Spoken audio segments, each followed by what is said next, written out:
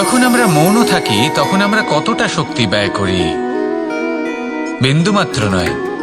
সেখানেই যখন আমরা রুষ্ট হই তখন আমরা কতটা শক্তি ব্যয় করি।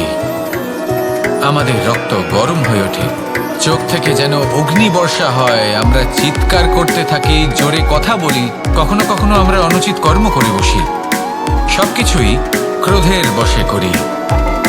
এবার এই ক্রোধকে মৌনতায় পরিণত করতে হবে। এই কাজটা চোখে দেখা যায় না, এই কাজ সরল নয়, এই কাজ হলো অত্যন্ত কঠিন এবং এই কাজই শ্রেষ্ঠ। সেই ব্যক্তি শক্তিশালী নন যিনি কথায় কথায় ক্রুদ্ধ হয়ে যান, কথায় কথায় যিনি আক্রমণ করেন।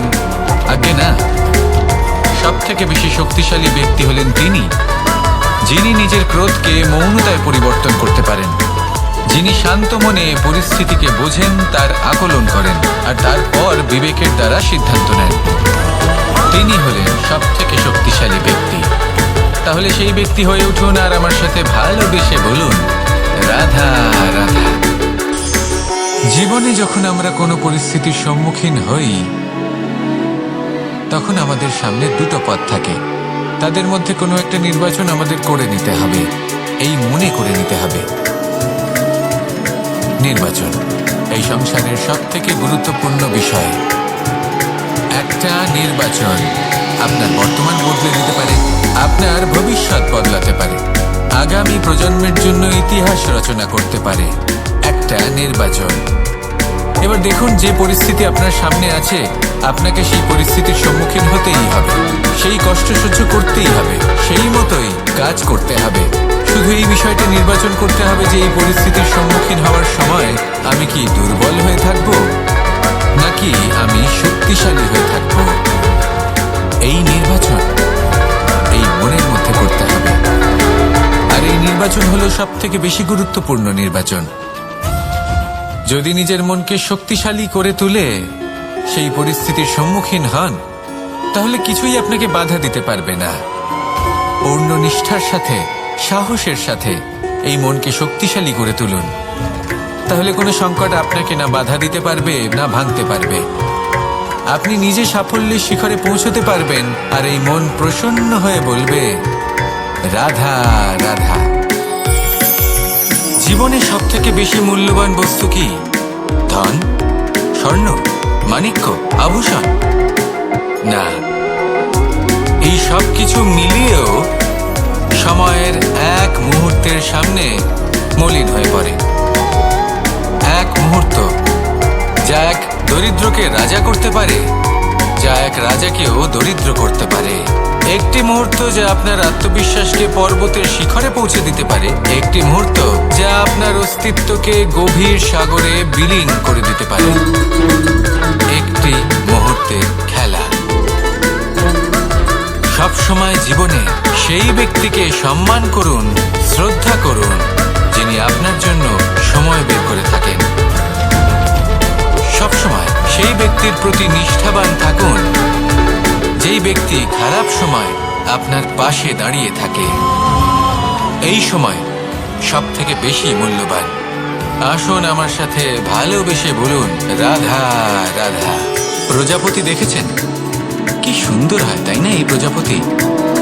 ওদের দিকে তাকালে নিজের অজান্তেই নিজের মুখে হাসি ফুটে ওঠে। কিন্তু এই প্রজাপতি জন্ম থেকেই এমন দেখতে হয় না। জন্ম থেকে এদের কাছে ডানা থাকে না, এরা উড়তেও পারে না। যখন একটি প্রজাপতি জন্ম নেয় তখন প্রথমে ডিম অবস্থায় থাকে সে। আস্তে আস্তে সেই কবচ সে ভেঙে ফেলে, খুব পরিশ্রম করতে হয় তাকে।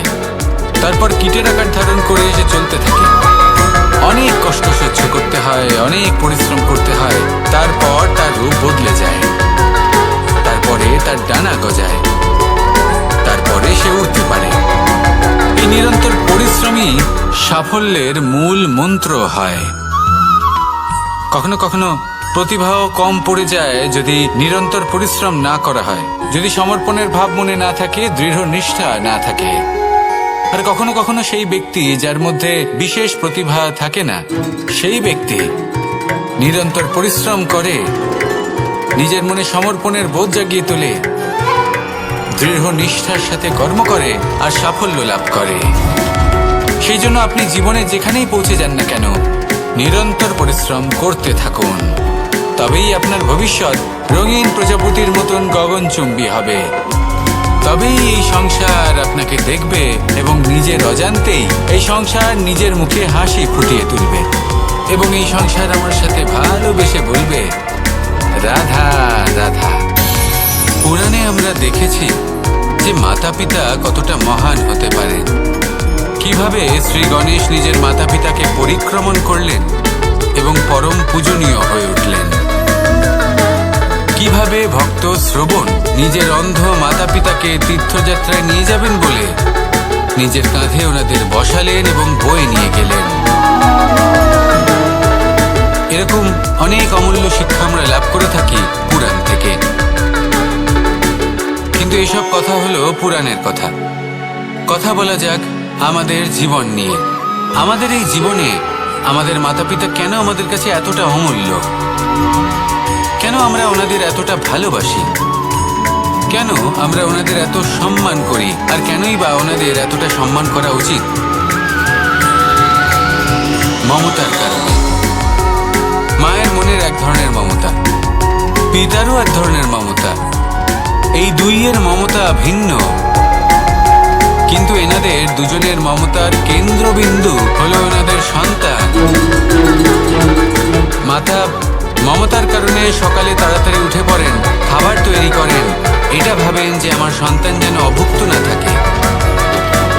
অন্যদিকে পিতা ইচ্ছে না থাকা সত্ত্বেও নিজের মমতাবোধের কারণে নিজের সন্তানের প্রতি কঠোর হন, তাকে জ্ঞান প্রদান করেন, শিক্ষা প্রদান করেন, কারণ উনি চান যে ওনার সন্তান যেন পরবর্তীতে উন্নতি করে, কখনো অভুক্ত না থাকে। এটাই হলো মমতা মাতা পিতার। আর এই মমতা সংসারের অন্য কোথাও আপনি পাবেন না। তাই সবসময় নিজের মাতা পিতাকে সম্মান করুন, ওনাদের ভালোবাসুন, যতটা ইচ্ছে ভালোবাসুন। আর এই ভালোবাসার সাথেই বলুন, রাধা রাধা।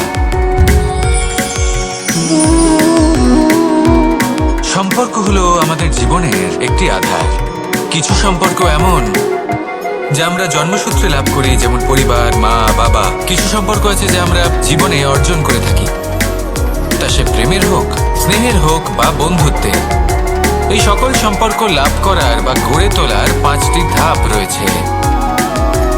প্রথম ধাপ, কোনো ব্যক্তির সাথে আলাপ হওয়া, তার সাথে কথা বলা বা তাকে দেখা।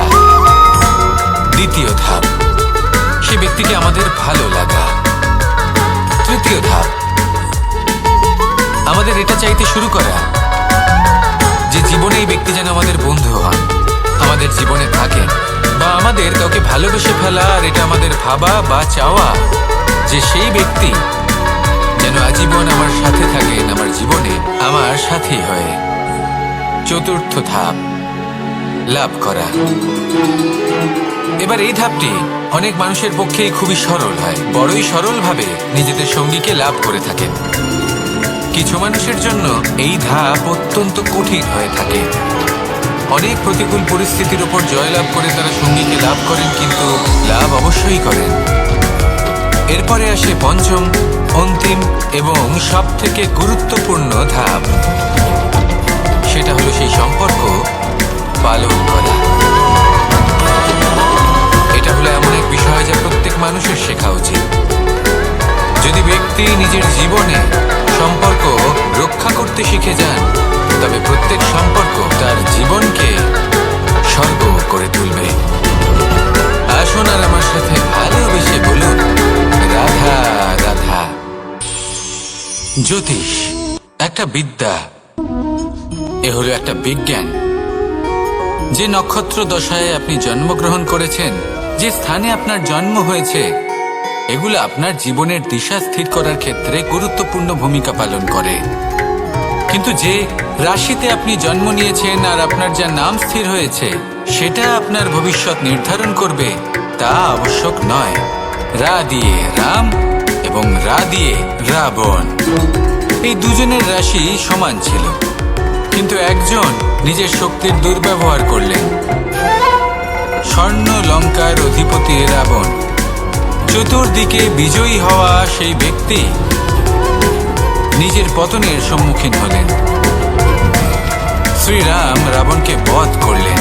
শ্রীরাম, যিনি নিজের কর্ম দ্বারা, নিজের পরিশ্রম দ্বারা ঈশ্বর উপাধি লাভ করেছিলেন, 14 বছরের বনবাস ভোগ করলেন, আর যখন বিপদে পড়লেন তখনও নিজের রাজ্যের সাহায্য নিলেন না।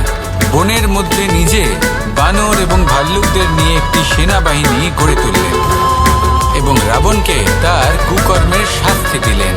তাই সর্বদা এটা মনে রাখবেন, আপনার খ্যাতি, আপনার ভবিষ্যৎ আপনার কর্ম নির্ধারণ করে, আপনার রাশি নয়।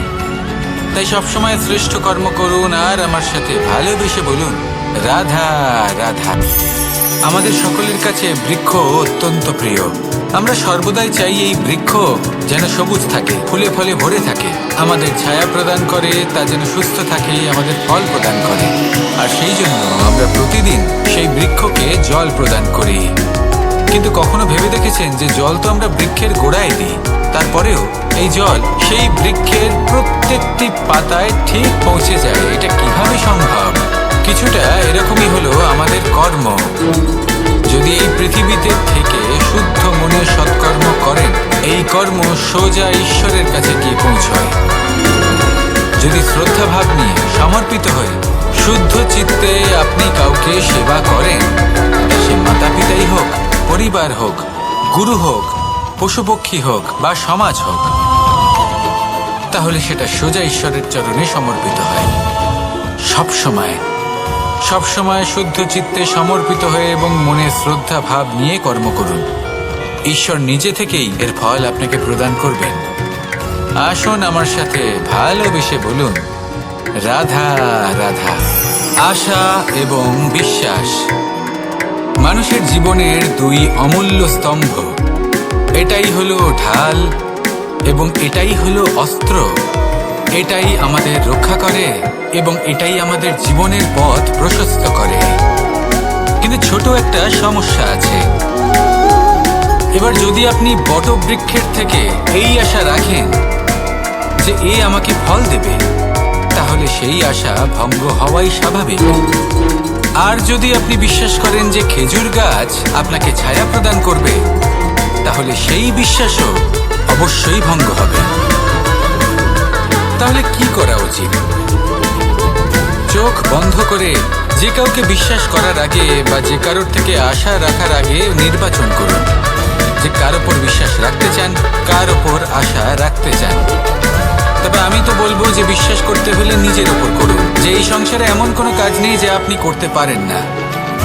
আর শুধু কর্ম করতে থাকুন আর ভরসা রাখুন ঈশ্বরের ওপর, যে উনি আপনার কর্ম দেখবেন আর আপনাকে আপনার কর্মফল অবশ্যই দেবেন, আপনাকে সাফল্য দেবেন। যদি আপনার বিশ্বাস অটল হয়, নিরন্তর পরিশ্রম করেন, তাহলে ঈশ্বর কখনোই আপনার আশা ভঙ্গ হতে দেবেন না। আসুন আর আমার সাথে ভালোবেসে বলুন, রাধা রাধা। যখন মানুষের মৃত্যু হয় তখন কি হয়?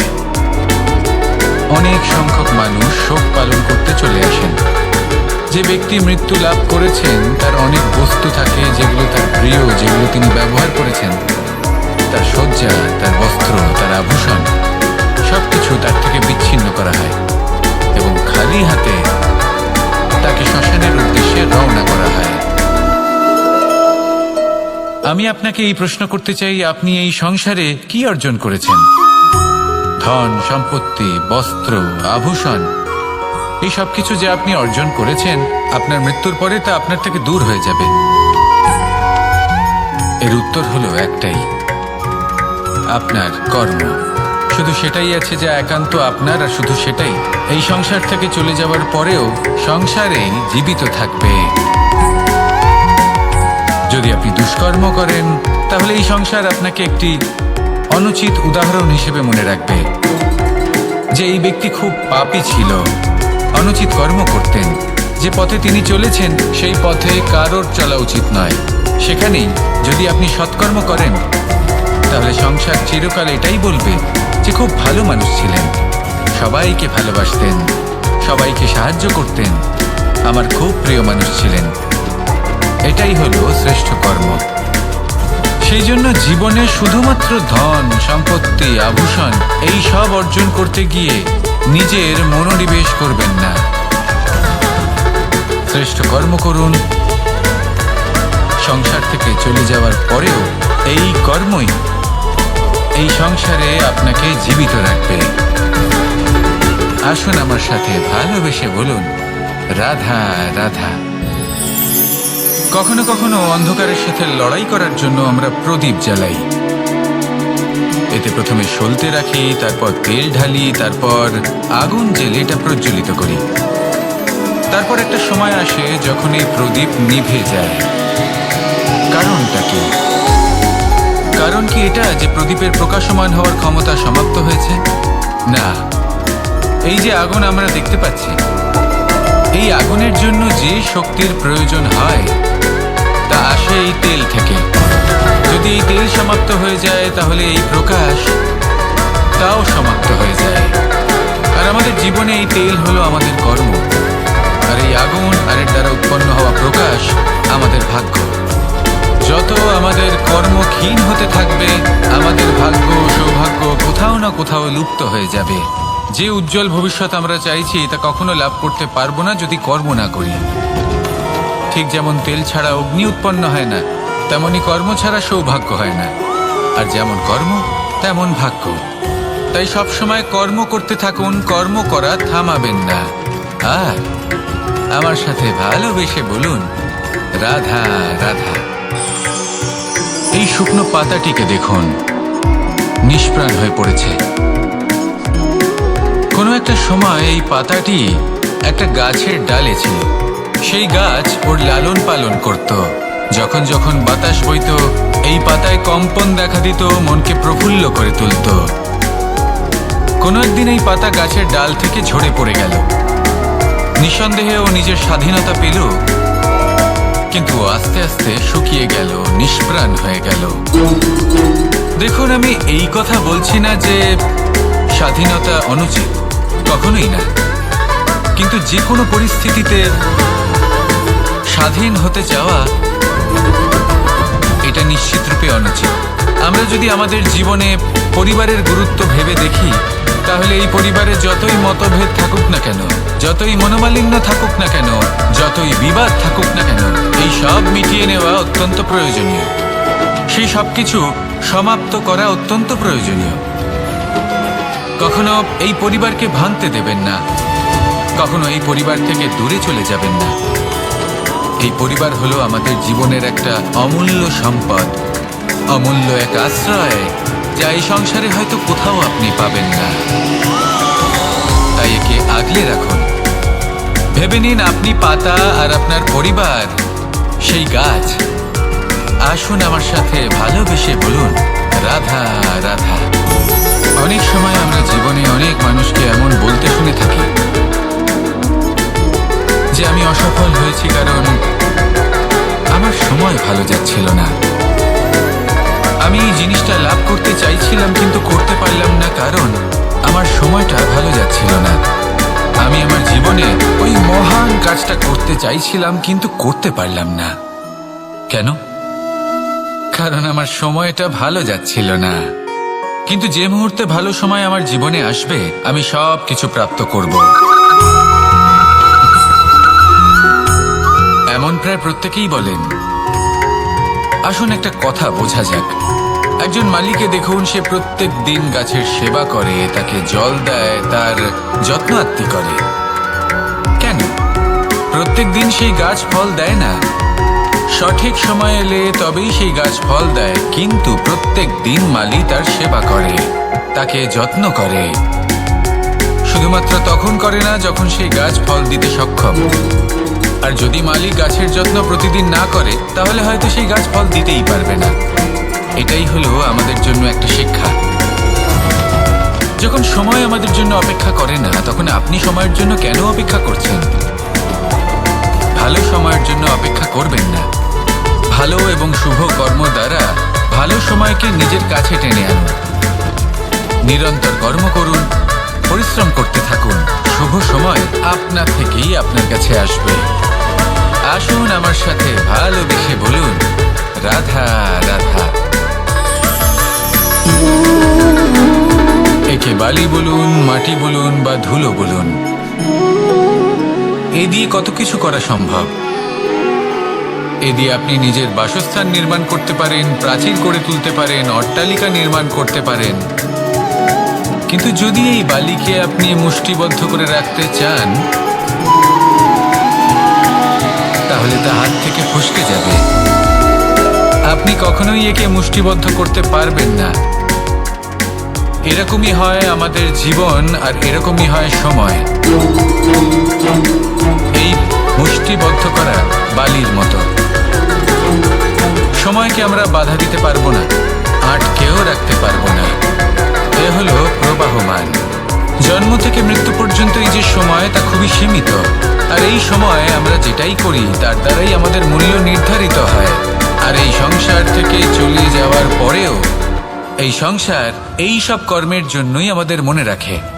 তাই যদি আপনি এটা ভাবেন যে আজ যে কর্ম করার ছিল আমি না হয় কাল করে নেব, কাল আমার লক্ষ্যে পৌঁছানোর কথা ছিল আমি পরশু পৌঁছব, না, এই সময় খুব মূল্যবান, একে নষ্ট করবেন না। এই সময়কে সদ্ব্যবহার করুন, মহান হবার পথে অগ্রসর হন। একে যদি মুষ্টিবদ্ধ করে রাখার চেষ্টা করেন, এই সময় থেমে থাকবে না। আসুন আমার সাথে ভালোবেসে বলুন, রাধা রাধা। আমাদের জীবনে অনেক ধরনের ব্যক্তি এসে থাকেন। কেউ কেউ আমাদের সাথে থেকে যান, কেউ আমাদের থেকে দূরে চলে যান। কেউ ভালো মানুষ হন, কেউ খারাপ মানুষ। কিন্তু আমরা সবসময় সেই সময়টাকে নিয়ে দুঃখ প্রকাশ করি যখন আমাদের জীবনে কোনো খারাপ ব্যক্তি প্রবেশ করেন। তারা আমাদের খারাপ অনুভূতি দেন, দুঃখ দেন, কষ্ট দেন। আমরা সবাই তাকে ভালো মন্দ কথা বলি। কিন্তু কেন? এমন বিভিন্ন ধরনের মানুষ, খারাপ মানুষ, ভালো মানুষ সবার জীবনেই আসেন এবং সকলকেই একটা অমূল্য শিক্ষা দান করে যান। এবার আপনি নিজেই ভেবে দেখুন, জীবনে যখন প্রথমবার আপনি আগুন স্পর্শ করেছিলেন, তখন আপনি একটা শিক্ষা লাভ করেছিলেন যে আমাকে আগুনের থেকে একটু দূরে থাকতে হবে। তারপর আস্তে আস্তে আপনি শিখলেন যে কিভাবে এই আগুনকে নিয়ন্ত্রণে রাখতে হবে।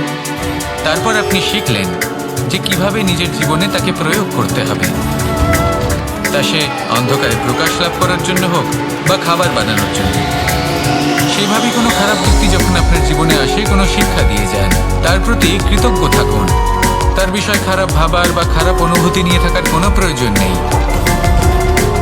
সেই শিক্ষা লাভ করুন, ইতিবাচক মনোভাব নিয়ে জীবনের সামনে এগোতে থাকুন। কেউ নেই যিনি আপনাকে বাধা দিতে পারেন। আসুন আমার সাথে ভালোবেসে বলুন, রাধা রাধা।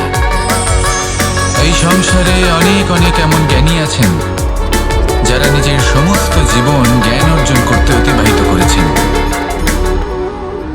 এই সংসারে এমন কোনো বেদ নেই, কোনো পুরাণ নেই, কোনো শাস্ত্র নেই, কোনো ভাষা নেই যা ওনারা জানেন না। এমন কোনো বিষয় নেই যা নিয়ে ওনারা কোনো বক্তব্য রাখতে পারবেন না। কিন্তু আমরা এই সকল জ্ঞানীকে কি ভালোবাসতে পারি? এনাদের সকলকে সম্মান করতে পারি না। কারণটা কি? দেখুন, বেদ পড়া একটি আলাদা বিষয়, বেদনা বুঝতে পারা অন্য ব্যাপার। এবং বেদনা বোঝার জন্য, সেই জ্ঞান লাভ করার জন্য আপনাকে মন থেকে করুণা এবং প্রেমের সঠিক অর্থ বুঝতে হবে। সামনের ব্যক্তির বেদনা বুঝতে হবে, তার যন্ত্রণাকে বুঝতে হবে। তারপর যে জ্ঞান আপনি অর্জন করেছেন বেদ থেকে, পুরাণ থেকে, শাস্ত্র থেকে, তা প্রয়োগ করে তার বেদনার নিবারণ করা, সেটা বেশি গুরুত্বপূর্ণ। সেই জন্য জীবনে শুধুমাত্র শাস্ত্র এবং বেদ পড়ে জ্ঞান অর্জন করতে সময় নষ্ট করবেন না। মন থেকে প্রেমের কি অর্থ সেই বিষয়ে জ্ঞান লাভ করার চেষ্টা করুন। করুণাও বুঝতে চেষ্টা করুন। একজন শ্রেষ্ঠ ব্যক্তি হয়ে উঠুন আর আমার সাথে ভালোবেসে বলুন, রাধা রাধা। একটি হাতির শরীরে কত বল থাকতে পারে সেটা আমরা সবাই জানি। একটা প্রহারেই বিশালাকার প্রাচীর ভেঙে পড়তে পারে। কিন্তু সেটা তখন হয় যখন সেই হাতির নিজের শক্তির বিষয়ে কোনো ধারণা থাকে। যদি সেই হাতিকেই বন্দি করে নেওয়া হয়, তাহলে সেই হাতি তার পরাধীন থাকার অভ্যাস হয়ে যায়। এই পরনির্ভরশীলতা আমাদের শরীরকে নয়, আমাদের মনকে বন্দী করে ফেলে। আর তার পরিণাম হলো এটাই যে আমাদের নিজেদের ওপর নিয়ন্ত্রণ থাকেই না। যদি নিজের ওপর নিয়ন্ত্রণ না থাকে, তাহলে নিজেদের প্রকৃত শক্তির সাথে আমরা কিভাবে পরিচিত হব? সেজন্য এই সংসারের সব থেকে বড় আনন্দ হলো স্বাধীনতা। এই স্বতন্ত্রতাকে আনুন নিজের বিবেচনায়, নিজের চিন্তা ভাবনায়, নিজের জীবনে। কারোর কথায় প্রভাবিত হবেন না। নিজের বিবেকবোধ জাগ্রত করুন এবং এগোতে থাকুন। যখন এই বিবেচনা স্বতন্ত্র হবে, তাহলে এই মন জীবন স্বতন্ত্র হয়ে উঠবে। আর তখনই নিজের আসল শক্তি আপনার সামনে আসবে। আপনার সাহস, আপনার প্রতিভা আপনি জানতে পারবেন। তখনই জীবনে এগোতে পারবেন। তাহলে আসুন আর আমার সাথে ভালোবেসে বলুন, রাধা রাধা। এই সংসারে যে ব্যক্তিই হোক না কেন, প্রত্যেক ব্যক্তির জীবনে সমস্যা অবশ্যই আসে। এমন কিছু মানুষ আছেন, যদি তাদেরকে জিজ্ঞেস করেন যে এমনটা ঠিক কেন হলো, তাহলে পুরো দোষটা তারা নিজেদের পরিস্থিতির উপর ন্যস্ত করেন। যে আমি তো এমন একটা পরিস্থিতিতে ছিলাম, আমি কিভাবে কিছু করতাম, আমার কাছে আর কোনো বিকল্পই ছিল না। চলুন কথা বলা যাক মহাভারত নিয়ে। ভীষ্ম পিতামহ, ওনাকে জিজ্ঞেস করা হলো, আপনি এরকম প্রতিজ্ঞা কেন করলেন? উনি বললেন যে আমি পরিস্থিতির অধীন হয়ে পড়েছিলাম, সেই জন্য। এই প্রশ্নটাই যখন অর্জুনকে করা হলো, তখন অন্য একটি দিক প্রস্ফুটিত হলো। অর্জুন নিজের পরিস্থিতির কারণে জীবনে কখনোই বাধা পড়েননি। তিনি সিদ্ধান্ত নিয়েছিলেন সংঘর্ষ করার, সংসারের নিয়মের বিরুদ্ধাচারণ করার। এই সংসারে আপনি যা কিছুই হয়ে উঠতে পারেন, তার সমগ্র শ্রেয় শুধুমাত্র আপনার পরিস্থিতির উপর চাপিয়ে দেওয়া যায় না। সেটা নির্বাচনের উপর নির্ভরশীল, যে সেই পরিস্থিতিতে আপনি কি নির্বাচন করেছেন। যদি সেই মুহূর্তে ভীষ্ম পিতামহ স্থিরতার সিদ্ধান্ত নিতেন, বিশ্লেষণ করার সিদ্ধান্ত নিতেন যে কি উচিত কি অনুচিত, কারা ধর্মের পক্ষে কারা ধর্মের বিপক্ষে, যদি শুধুমাত্র অস্ত্র হাতে ধৃতরাষ্ট্র এবং দুর্যোধনের বিরোধিতা করতেন, যদি শুধু এটুকু করতেন, তাহলে মহাভারতের মতো মহাযুদ্ধ কখনোই হতো না। সমস্যা সবার জীবনেই আসে, কঠিন পরিস্থিতিও সকলের জীবনে আসে। সেই ব্যক্তি এগিয়ে যেতে পারেন যিনি শ্রেষ্ঠ নির্বাচন করার ক্ষমতা রাখেন। তাহলে সেটাই করুন আর আমার সাথে ভালোবেসে বলুন, রাধা রাধা। রাধা কখনো কখনো আমার জন্য বড়ই সুগন্ধি আতর নিয়ে আসে, পারিজাত ফুলের মালা নিয়ে আসে আমার প্রসাধন করবে বলে, এবং আমার সব থেকে বেশি প্রিয় মাখন নিজে হাতে বানিয়ে আনে আমাকে নিজে হাতে খাইয়ে দেবে বলে, সবকিছু আমাকে প্রসন্ন করবে বলে। কিন্তু আপনি কখনো ভেবেছেন যে এই আতর কিভাবে বানানো হয়? সহস্র ফুলের পাপড়ি একসাথে পিষে নিতে হয়, তারপরে তার থেকে যে রস নিঃসৃত হয়, সেই রস দ্বারাই আতর তৈরি হয়। অনেক সংখ্যক ফুলকে অসীম যন্ত্রণা ভোগ করতে হয়, তবে তারা আমার প্রসাধন সামগ্রী হয়ে উঠতে পারে। দুধ থেকে মাখন তৈরি করার জন্য কতটা পরিমাণ মন্থন সহ্য করতে হয় সেটা আপনি জানেন। ঠিক সেই রকমই হলো আমাদের জীবনও। বিপদও আসে, কঠিন পরিস্থিতিও আসে, এর সম্মুখীন হতে শিখুন। মনে রাখবেন, আপনি হলেন সেই দুধ যাকে মন্থন সহ্য করতে হবে মাখন হয়ে ওঠার জন্য। মনে রাখবেন, আপনি হলেন সেই ফুলের মতন যাদের পিষ্ট হতে হবে সুগন্ধি আতর হয়ে ওঠার জন্য, যাকে এই সংসার পছন্দ করে। কখনো কখনো জীবনে আপনার সাথে খারাপ শুধুমাত্র এই কারণে ঘটে যাতে আপনার শ্রেষ্ঠ রূপ এই সংসারের সামনে আসতে পারে। শুধুমাত্র কঠিন পরিস্থিতি এবং বিপদকে একটা সুযোগ হিসেবে দেখার চেষ্টা করুন। আপনার জন্য এই সংসার বদলে যাবে, সংসারকে দেখার দৃষ্টিভঙ্গি পাল্টে যাবে, আপনার ভাগ্য পাল্টে যাবে, আর এই মন প্রসন্ন হয়ে বলবে, রাধা রাধা। জীবনে অনেক সময় আমরা এটা দেখে থাকি যে আগামী প্রজন্ম সেই কাজটি করে যেটা তার পূর্ববর্তী প্রজন্ম করে গেছেন। একটা উদাহরণ দিই, তাহলে দেখুন, একদিকে আছে মাতা পিতা যারা আজীবন সংঘর্ষ করেছেন ধন অর্জন করার জন্য। তারপর তারই সন্তান তার সাথে এই লড়াই করে তার থেকে সমস্ত সম্পত্তি ছিনিয়ে নিল। তারপরে যত সময় অতিবাহিত হয় সেই সন্তানের সাথেও সেই একই ক্রিয়া ঘটতে থাকে। তার সন্তান তার সমস্ত সম্পত্তি ছিনিয়ে নেয়। তাহলে এমন কি সঞ্চয় করবেন যা পরবর্তী প্রজন্মকে দিয়ে যেতে পারেন, সেই বিষয়ে ভাবুন। ভেবে দেখুন, এই যে ধন সঞ্চয় আপনি করছেন এর আসলে লাভ কি? অবশ্যই আবশ্যক, কিন্তু এটাই কি শুধু সবথেকে গুরুত্বপূর্ণ বিষয়, যেখানে আপনি জানেন যে আপনি এই সম্পত্তি ভোগ করতে পারবেন না, কারণ এই সমস্ত সম্পত্তি আপনাকে পরবর্তী প্রজন্মের হাতে সঁপে দিতে হবে। তাহলে ধন সঞ্চয় করুন, কিন্তু এমন একটা সম্পত্তি কেন সঞ্চয় করা উচিত নয় যার উপভোগও আপনি করতে পারবেন, পরবর্তী প্রজন্মকেও দিয়ে যেতে পারবেন, আর মতভেদও হবে না।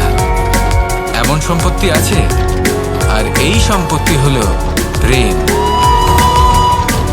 যদি আপনার মনে কোনো কিছু সঞ্চয় করার বাসনা জেগে ওঠে, তাহলে প্রেম সঞ্চয় করুন।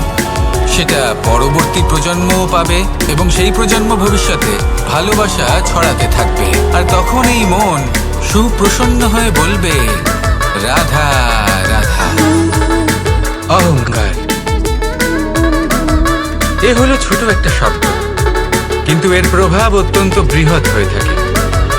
আর সব থেকে বড় সমস্যা হলো, মানুষ আজ অব্দি বুঝতেই পারেনি যে এই অহংকারের বাস্তব রূপ কিরকম। কেউ একে গর্বের নাম দেন, কেউ একে আত্মসম্মানের নাম দিয়ে থাকেন, এবং কোথাও একটা এমন সময় চলে আসে যখন সময় এই অহংকারকে ভেঙে খান খান করে দেয়। আর তখন না গর্ব আপনাকে বাঁচাতে পারে, না আপনার আত্মসম্মান। এখন যদি আপনাকে উদাহরণ দিই, তাহলে যেখানে আপনি বসে আছেন সেই ঘরেই ওপরে তাকান, সেই ছাদের দিকে। যদি এই ছাদ অহংকার করতে থাকে যে দেখো, আমি তো সব থেকে উঁচু জায়গায় আছি, আমার চেয়ে ওপরে আর কেউ নেই, আমি এই ঘরে থাকা সমস্ত ব্যক্তিকে ছায়া প্রদান করি, যদি এই অহংকার এসে যায় তাহলে কি? একবার ভেবে দেখুন, যদি পরের দিন তার উপর আরো একটা তলা বানিয়ে দেওয়া হয় তাহলে কি? এই ছাদ, যার নিজের উঁচু হবার অহংকার ছিল, যে সব থেকে ওপরে ছিল, সে এবার পায়ের তলায় চলে এসছে। এটাই হয়ে থাকে। মনে কখনোই অহংকার পোষণ করবেন না। যদি মনের মধ্যে কিছু রাখতে চান, তাহলে প্রেমের ভাব রাখুন, স্নেহ রাখুন। এই অহংকারকে আপনি যা ইচ্ছে নাম দিন, গর্ব হোক, আত্মসম্মান হোক, এর দ্বারা আপনার কোনোভাবেই কোনো লাভ হবে না। তাহলে এই অহংকারকে ত্যাগ করুন, আর আমার সাথে ভালোবেসে বলুন, রাধা রাধা। কখনো কোনো বৃক্ষকে দেখেছেন? এই ধরিত্রী থেকে ততটুকুই জল নেয় যতটুকু তার প্রয়োজন। কোনো প্রাণীকে দেখুন, এই প্রকৃতি থেকে ততটুকুই খাবার গ্রহণ করবে যতটুকু তার খিদে রয়েছে। খিদে মিটে গেলে আর খাবে না। এবার মনুষ্যকে দেখুন, সে নিজের জীবনে যা কিছু পেয়েছে, বস্তু, ধন, খাবার, শক্তি, প্রয়োজনের থেকে অনেক বেশি লাভ করার চেষ্টা করে থাকে। প্রয়োজনের থেকে বেশি যদি পেয়েও যায়, তাহলেও তার কম মনে হয়। এবার এরকম ঠিক কেন হয়? এর পেছনের কারণ কি? কারণ হলো লোভ। লোভের আগুন কিছু এমন হয়, যদি মানুষের মনে একবার প্রজ্বলিত হয় তাহলে শুধু বাড়তেই থাকে। ততক্ষণ বাড়বে যতক্ষণ না আপনি নিজে তাকে বাধা দিচ্ছেন। তবে এই লোভের আগুন নিয়ন্ত্রণ করা সম্ভব। পরিমিতিবোধ, পরিমিতিবোধের চিন্তা। আপনাকে শুধু নিজেকে একটা সরল প্রশ্ন করতে হবে। যখনই মনের মধ্যে কোনো বস্তুর প্রতি, শক্তির প্রতি, ধনের প্রতি, ভোজনের প্রতি লোভ বেড়ে যায়, নিজেকে প্রশ্ন করুন, এটা কি আমার কাছে ততটাই প্রয়োজনীয় যতটা একটা বৃক্ষের কাছে জল, যতটা একটা প্রাণীর কাছে ভোজন? এটা কি ততটাই প্রয়োজনীয়? যদি উত্তর না হয়, তাহলে নিজেকে সেখানেই বাধা দিন। সেই ভাবনা সেখানেই ত্যাগ করুন, কারণ সেটাই হলো লোভ। ঠিক এইভাবেই প্রয়োজনীয়তার চিন্তা করে আস্তে আস্তে এই মন নির্লোভ হয়ে উঠবে, আর এই মন প্রসন্ন হয়ে বলবে, রাধা রাধা।